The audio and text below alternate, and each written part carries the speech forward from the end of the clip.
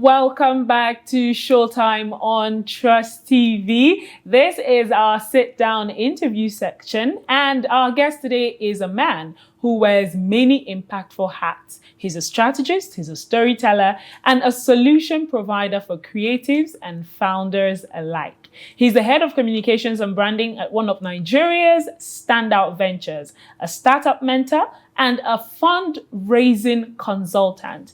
Please welcome the brilliant and the strategic Imoh Anselem to Showtime. Thank you for having me. You know, if I had drums, I would have just rolled like,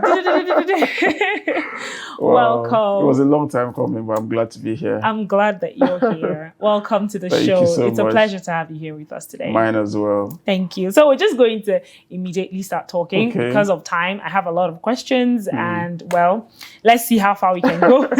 So your whole profile revolves around money. So it's just fair to start talking about money from the onset. Okay. So why do you think most Nigerian creatives aren't tapping into available grant opportunities?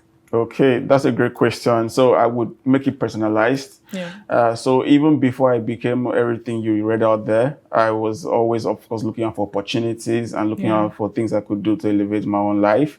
And one thing I would say to answer that question, just a simple keyword, is information, right? The difference between a successful person and someone who is not is just the fact that they have access to a particular type of information. You could see maybe two people or maybe two friends who stayed in the same area, slums, whatever, whether it's slums or rich suburbs. And then one person has maybe like a scholarship or went outside the country. They had access to a particular type of information that the other family did not, right? So one thing that also affects us is because we're a third world country, and so there is a gap in information getting to us, not just in products we use, but also in how fast those things get to us. So purely information is the key word that separates creatives who have access to funding opportunities, fellowships, all of those life-changing and career-impacting opportunities, pitched against someone who has not yet gotten the opportunity, is basically information. Okay, yes, because information, like you said, is very, very key. And that is the access for you to get anything that you want. So is there a way that we can, bring this information closer and faster to creatives than we are already doing? Because even me, as I'm sitting, when you personalize it, I personalize it for myself as well. There are a lot of things that I get to know later. And I'm like, oh, if I had known this, I would have been a great fit for this, right? So is there a way that we can, bridge that information gap for creatives? Well, I would say that that's what actually social media helped us to do, right? Because we had access to certain things that we previously did not have access to, and not just because we did not have access to it, but right now we have access to it in real time. So if I were to post a grant opportunity and you're on social media, on LinkedIn or Twitter, you would get it like in real time. So I would start by saying that there are already structures that are helping us do that. It is more about us accessing those things, right? So I would say for people like myself who are in the ecosystem, keep sharing, right? Keep building communities, keep going to events where you would share these things, keep speaking about it.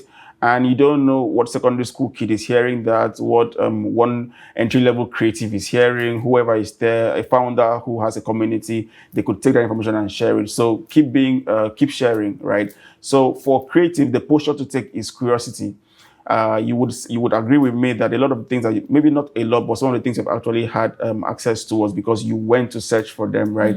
Proactivity is really key, right? Don't just wait to be fed, right? We have AI right now that has supercharged and changed the game. So search for things yourself, be curious, be open-minded, because you might see certain things and you're like, oh, I don't think I fit for this. So don't already shortchange yourself by limiting yourself before they've even disqualified you. I have this term when I used to write things a lot and just apply for things a lot. Like, don't disqualify yourself when the funders or the sponsors have not disqualified you, right? Because the mindset is really powerful.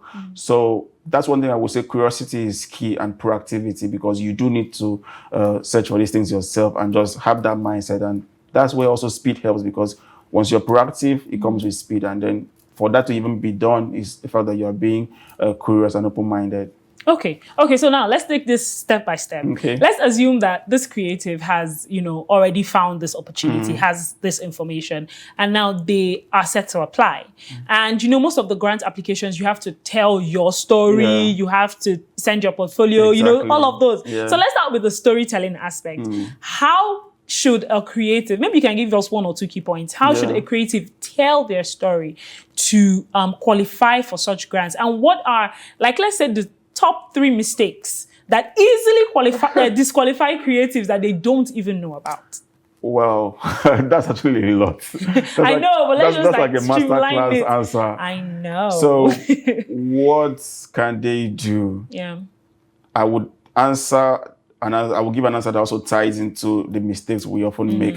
So, number 1 thing to do, or the most important thing to do, is clarity, right? Clarity trumps clever. Certain times when we want to apply for things, we are just writing certain things. Oh, this is about us, this is about us. But the most important thing is being clear, because whoever is reading your application is also a human being, right? And if I could give a secret into how these things are being selected, is the fact that when you have a large volume of applications, sometimes they use systems like maybe machines or AI to pass those first level of applications. And then maybe after the first level, they will now have a human touch. By that I mean human beings actually reading through your application. So if you're not being clear, what you wrote is going to be read as jargon. So avoid being, I don't want to say superstitious, but avoid saying anything but nothing. Right? Okay. It's really key. Clarity is key. Clarity trumps you being clever or trying to put up so much volume of words. So just be clear. So the mistake we often make is not being clear. Simply put, is not being clear. And the second mistake we do is not infusing storytelling, because again, like I said, it's human beings that are reading your stuff. And for human beings not to be bored, they have to be interested in your stuff. So storytelling is really key. So write as you would want to read. Don't just write because you're answering to somebody. Write as you would want to read. And the third answer I would give to make that number 2 point clear is a technique in writing called mirroring technique, right? Mirroring technique. So say, for example, you asked me, how many years have you been doing this and what has been your challenges? Don't try to start saying, oh, I started from this. Just say, I have been doing this for 5 years. So you're mirroring the question. The question says, how many cars do you have? Don't say, I have a Ford that runs on turbo gear. Just say, I have 5 cars. This is the list of the cars. These are the challenges. I'm a photographer. I started in 2019. This is how long I've been doing this. These are my challenges. So it's called mirroring technique. So they ask a question, you take that question, the first line, and you just write what they asked, and then now you can now spread into the storytelling angle. So mirroring technique, we can speak more about that maybe a couple other times, but it's just you're mirroring the person's question. Just as a mirror reflects you, you're reflecting their question back to them.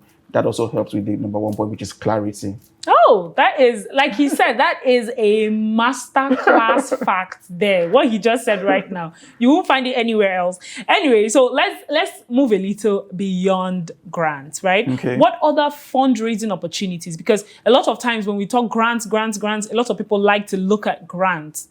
I won't say that it's because it's easy, but it's kind of like the most popular. And like you started, information is key. So what other fundraising opportunities should creatives look at beyond grants? I would say that even before like the whole rave and trend about startup fundraising, all of that, founders are raising this, raising that. I would say that the creative space has the most opportunities, because even before I branched into writing grants and going to find funds, I was actually a social media manager, and I managed a visual artist, right? I managed a painter, a visual artist, one of the most creative people I've met. And just being in that space opened my eyes to so many things, right? They're always having calls for fellowships, calls for internships, calls for housemanship. So for visual artists, they can go to international galleries and then they would house them and all of that. So artists in residence opportunities. So beyond waiting to be funded, those are also salient opportunities that actually open doors for you, right? And so number 1 would be fellowship opportunities. Number 2 would be internships, paid internships. And number 3 would also be residencies. right? So residencies, all of the three things I mentioned have the same theme in that they're helping polish you, they're helping you build networks, they're also opening you up to mentorship, which is really key. And I would also like to say that no matter how successful you are or how talented you think you are, you do need mentorship, because these people also have access to influence that you don't, and you're not paying for it, because most of these opportunities are paid for. That's why there are scholarships and of course funded. So those are the things that will open doors for you. And because you come into a program that is trustworthy, you naturally have doors open for you, either by the people training you, either by the mentors in that program, or either by the partners they have. Because this is so beautiful that Chimelli could be running a program, right? But then she has partnerships with like Imoh's foundation, right? You don't know that. Maybe I coming to a program, I don't know that. But it could be such that when I'm done with the program, they're like, oh, these guys have a fund. Don't forget, you did not know about that fund. You did not know about the opportunity. They're like, oh, these guys are taking X number of people to Germany. And because you were one of the top performing artists or students in this program, we are recommending you. So that's why any opportunity you have to like put your all in, because you don't know who is watching, right? Even with telling your story, you don't know who is watching. You have to keep telling it, whether you get one like on Instagram or whatever. People are always watching. So when you put yourself out there and when you like apply for these things, the scale of what you would experience is beyond you, because the stories are so real. I wish we had time to all of the testimonies and everything. The stories are so real. The things you get from just taking action on one thing is boundless. So to answer the question again and to like pinpoint it, is fellowship opportunities, residency opportunities, and of course paid internship opportunities. And even if it's not paid, the knowledge you will get and that open doors, is just massive. So that's it. All right. We're going to really talk more on that later. But let's move over to branding, because that's one of the major things that you do as well. And I'm glad that you said that you managed a visual artist, sometime. So I'd like to ask, when it comes to creatives who want to take their content or their life or their brand seriously, right? What is the first thing they should fix about their brand? Fix your bio.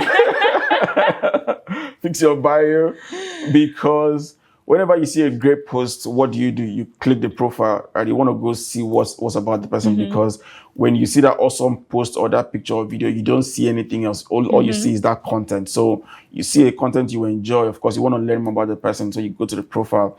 So if my profile as a creative just says basically nothing or nothing important, there's nothing drawing you to want to remain in my profile or want to engage me further, right? And so I may even have opportunities for you, but I don't know who you are. I don't know what you are about. I don't know maybe the many things that you can do beyond this content I saw. Say, for example, you do many things, Chimelli, and maybe one of the content that brought me to you was radio host, right? I come to your profile and all I see is radio host. Of course, like I don't want to say there's no value, but like it's not telling me anything different from the content I saw. But if I come to your profile and I see voiceover artists, award-winning documentary, I'm like, oh, okay, there is more to this person, right? And so the first thing you should fix is your bio, right? Really tell who you are, right? If you know you are multi-talented, don't allow the word that says jack of all trades to keep you limited. Actually, that word is a lie. It's incomplete. Thank you. It's an incomplete quote. The full quote says, jack of all trades, master of none, but still a master of one. Yes. Right? So don't allow that to say, oh, I do this, I edit, I do this, I paint, I do pottery. Put everything that you are and that you want people to know you for on your profile, right? And one thing that also helps is when you put a keyword that shows that you are actually someone who loves to help people. So you could even put up something like mentor, volunteer mentor, but not lies if something that you're doing in real life, because one thing is that we do so many good things, but we don't say enough about it. So those things that you want people to know you for, that are impactful, that are helping people in real life, that is about you, put it on your profile. And that's the simplest thing. There's so many stories of people just getting contacted for things. And if I could add something realistic as I end this point, is the fact that a lot of opportunities right now that are out there in the space, it is one thing for you to search for them. Actually, most are searching for you, because you have these people who are either program managers or program directors, and they have these events. They need students, and they don't just want to do open call applications, right? That's actually a secret. There are two types of calls: open call and close call. Yeah. You'll be like, when did they apply for these things? They didn't apply for it. It was actually invitational by merit. So there are people who just sleep online on LinkedIn and they're looking for people. And if they see your profile, either for a program they're running or for an initiative, they will enter your DM and be like, hey, we're doing XYZ. Can you send your email? Was also send something over. How did that come about? Because you put yourself out there. And beyond putting yourself out there, because you also told your story on your profile, right? So that's why starting from your profile, really just putting those important keywords. I'm a painter. I do this by the side. I teach kids on Thursdays. Just everything about you, as long as the keyword limit can take. Yeah. So yeah, that's really how it is, and so many great things happen out of that.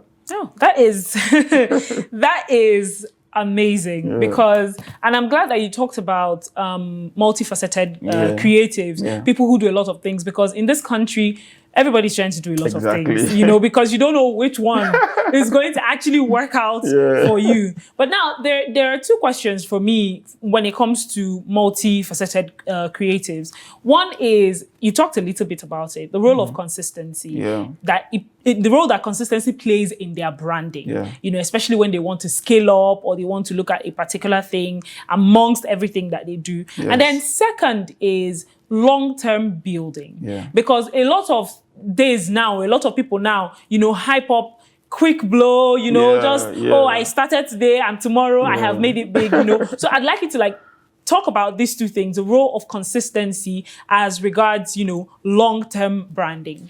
So the truth is that every overnight success, is they are overnight because they spent many nights in that. So they are actually overnight success. So, and again, that's actually one of the mishaps of social media, because it bombards us with information of this person is doing this, that person is doing that. Truth is that you don't know their life except what they tell you. There was a trend, I don't know if you saw it on Twitter 2 days ago, about two kinds of Nepo kids. Baby, Lafo Baby. Exactly. Yes, of course. Right. So you see me here and you're like, I want to be there, but you don't know how long it took me to get here. You don't know how long it took or it took you to get here, right? So process is really important in consistency, right?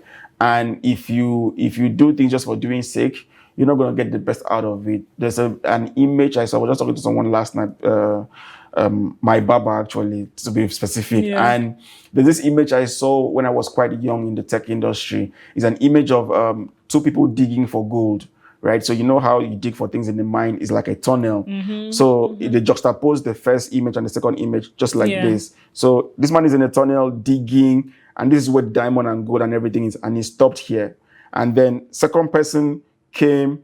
The second person didn't take this tunnel, he took this other tunnel. And so all he did was just hit 3 times, like just hit at the rock, and then gold came rushing in. All that person needed was just a little bit of patience. In the darkness, in the cold, in the frustration, this thing is not happening. Consistency is what keeps you going in the long-term game. And of course, with consistency comes you being authentic. It's being difficult. So again, that's where being authentic and still telling your story comes out.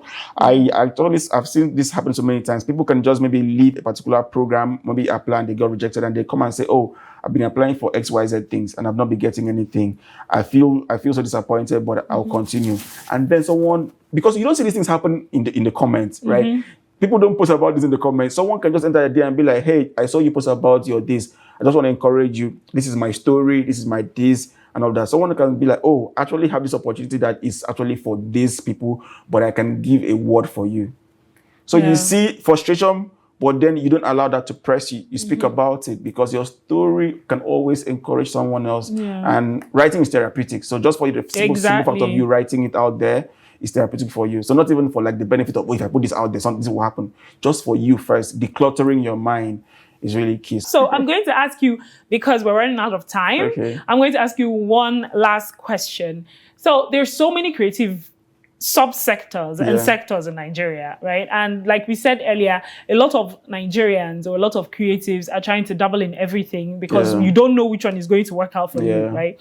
So, but what creative sector in Nigeria do you wish that maybe more young people invested in, or maybe invested their time or their knowledge in, or that more established people invested their resources in to promote? Whoa, this is deep. I would say all, actually. I would be frank to say all. That is because if I lift up just one context or one sector, that's me being biased, because there is a kid who has been born into this world whose biggest talent is painting. There's another kid whose biggest talent is voiceover. There's another kid whose biggest talent is podcasting. So if I say, oh, people should be talking more about podcasting and all of that, I'm biased against other industries. The truth, which I have found out not by reading but for my own self, is that every single talent you have is the talent that can change your life. Honestly speaking, every single skill you have is the one skill that can change your life. And how do you know your best skill? Is the one that takes you the least amount of effort to do. So say, for example, you are visually talented, you can paint, you can write, you can do filmmaking. Which of those skills or talents can you do with the least amount of effort? That if they wake you up like, oh, we're going to do a shooting, we're going to do a painting, we're going to do like your 3 things. Yeah. Which one takes you the least amount of effort? That is the one to actually double down on, because if it takes you the least amount of effort, you would actually do more output, more volume. But the challenging thing I've seen for my own self is that sometimes that easiest thing to do, you commonize it, or it is not even flashy because it is not what is trending in your environment. So I might be talented in maybe like podcasting, but painting is what is getting all the rave. I'm seeing funding for visual artists, for directors, for filmmakers, and I'm like, what's up with mine? So maybe I should look at this one. Yeah. But the one that gives you the least amount of stress to get done is the one you should focus on, right? And for me, mine was writing, right? I was chasing so many flashy things, right? This, that.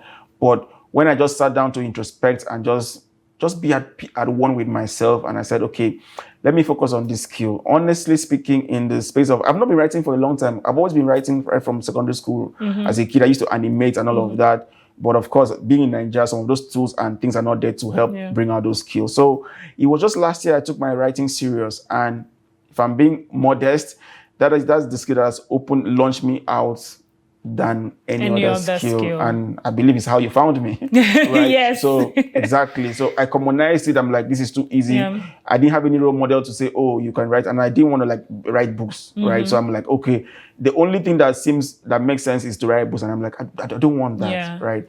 But then just I had access to information again to know that you can do ghostwriting, you can do grant writing, you can do this, you can do that. There are so many branches. Basically, find out what works for you. Exactly. Find out what you're very good at. That is and then easy. That is easy because for you to do. Because we can be good at many things, but least amount of effort. Exactly. And then have the information or seek for the information and then develop on that. Yeah. Okay, this has been so insightful. Thank you so much for being here. Thank you. This has been a masterclass worthy episode. Like everything he said, I have been jotting in my head, and trust me, I'm going to take my pen and paper once I leave this place. Thank you so much for coming. It's been a pleasure having you here in the studio. Thank you so much. This has been Showtime on Trust TV. Thank you for joining us for this very insightful episode. Join us again, same time, same station, next week for another thrilling episode. My name is Chimelli.